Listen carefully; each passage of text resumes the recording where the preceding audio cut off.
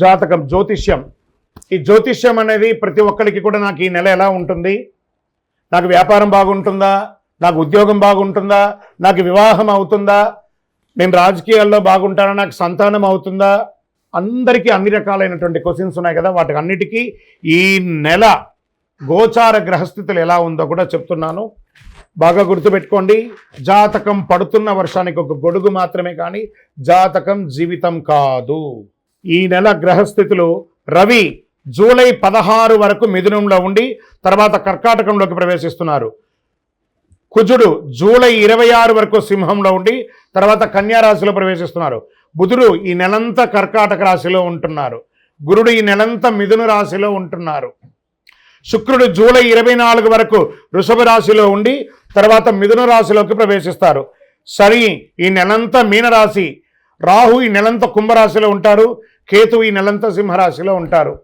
గోచార గ్రహస్థితులు బట్టి ఈ నెల రాశి ఫలితాలన్నీ ప్రిడిక్ట్ చేయడం జరుగుతుంది. మీ వ్యక్తిగత జాతకానికి ఇదొక 30 నుంచి 40% మాత్రమే వర్తిస్తుంది.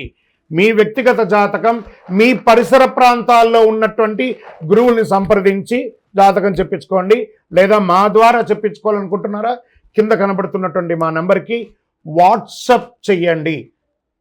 నమస్కారం. జ్యోతిశాస్త్రరీత్యా ద్వాదశ రాశుల్లో 7వ రాశి అయినటువంటి తులారాశి మిత్రులారా, మీరు చిత్తా నక్షత్రం 3, 4 పాదాలు, స్వాతి నక్షత్రం 1, 2, 3, 4 పాదాలు, విశాఖ నక్షత్రం 1, 2, 3 పాదాలకు జన్మించిన మీరు తులారాశి వారిగా పరిగణించాలి. తులారాశి వారికి ఎప్పటి నుంచో ఏదో ఒక సమస్యలు, మంచి చెడు వచ్చినా కూడా ఏదో రకంగా ఒక మనసులో ఒక ఆందోళన, ఒక సంపూర్ణ తృప్తి కలగకుండానే ఉన్నారు. వాటన్నిటికీ పెద్ద ఫుల్ స్టాప్ అండి. ఇక మీదట మీరు చాలా బాగుండబోతున్నారు. చాలండి మీరు కష్టపడింది, ఇంకా కావాలా? చాలా పడ్డదంతా చాలు కదా. తులారాశి మిత్రులారా, మీకు యోగ కాలం స్టార్ట్ అయింది. మంచి రోజులు వచ్చేస్తున్నాయి. ఎలా ఉంది?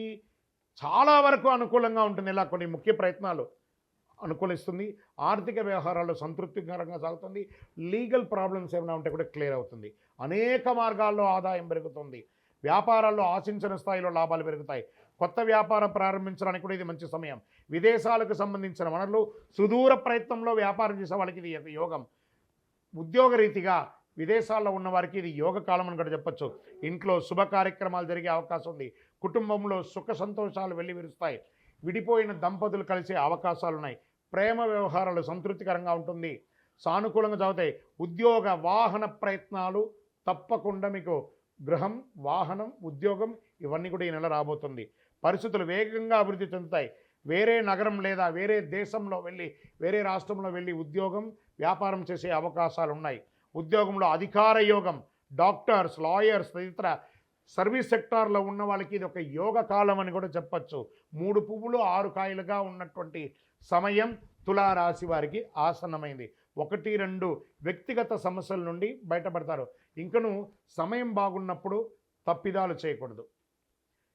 ఎలాంటివి ఇల్లీగల్ అఫైర్స్ పెట్టుకోకూడదు, అసాంఘికమైనటువంటి కార్యక్రమాలు చేయకూడదు. ఇవి చూసుకోండి. చాలా మంచి ఫలితాలు పొందుతారు. పోటీ పరీక్షల్లో రాస్తున్నటువంటి విద్యార్థులకి అవార్డ్స్, రివార్డ్స్ రాబోతున్నాయి. క్రీడల్లో క్రీడాకారులకి, కళాకారులకి యోగకాలమైనటువంటి సమయం. ఇండస్ట్రీస్కి ఇది ఒక మంచి సమయం కూడా చెప్పచ్చు. ఎన్ని చెప్పచ్చు అంటే ఇలా చెప్పుకుంటూ పోవచ్చు. తులారాశి వారికి యోగం, యోగం, యోగం. ఏమండి గురుగారు మీరు చెప్తున్నారు మాకు జరగట్లేదంటే ప్రయత్నం చేయండి. ప్రయత్నం చేసిన వాళ్ళందరూ సక్సెస్ అవుతున్నారు. విద్యార్థులకి యోగకాలం అని చెప్పచ్చు. ఆరోగ్యం గణనీయంగా బాగుంటుంది. రక్తపోటు, కొలెస్ట్రాల్ అన్నీ కూడా కంట్రోల్లో ఉంటుంది. రాజకీయ నాయకులకి యోగం, మంచి పొజిషన్ పొందే అవకాశాలు ఉన్నాయి. షేర్ మార్కెట్ చాలా బాగుంది. వ్యవసాయదారులకి బాగుంది. సాఫ్ట్వేర్ రంగం వారికి బాగుంది. ఇంకా ఇన్ని బాగున్నప్పుడు కాస్త జాగ్రత్త కూడా పడాలి కదా. చంద్రాష్టమం 27/7/2025 6:12 ఉదయం నుండి 22/7/2025 8:15 వరకు చంద్రాష్టమం ఉంటుంది ఉదయం. ఈ 2 రోజులు చాలా జాగ్రత్తగా ఉండాలి. ఆచితూచి వ్యవహరించండి. సంతకాలు పెట్టేటప్పుడు, ఇతరులతో మాట్లాడేటప్పుడు అదుపులో ఉంటండి. అదృష్టకరమైనటువంటి రోజులు జూలైలో 2, 4, 7, 10, 13, 16. అదృష్ట సంఖ్యలు అనుకుంటే 1 మరియు 9. ఆరాధించవలసినటువంటి దేవుడెవరు? మంచి గణపతిని ప్రార్థన చేయండి. సుబ్రహ్మణ్య స్వామి వారిని ప్రార్థన చేయండి.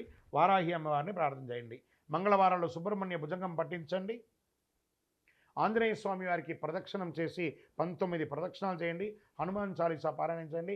వారాహి అమ్మవారికి పూజ చేయండి. చక్కగా మీ కులదైవం ఎక్కడ ఉందో, మీ ఇష్టదైవం ఎక్కడుందో అక్కడికి వెళ్ళి మీ వయస్సు ఎంత ఉందో అన్ని దీపాలను ఆ యొక్క దేవుడి దగ్గర వెలిగించండి.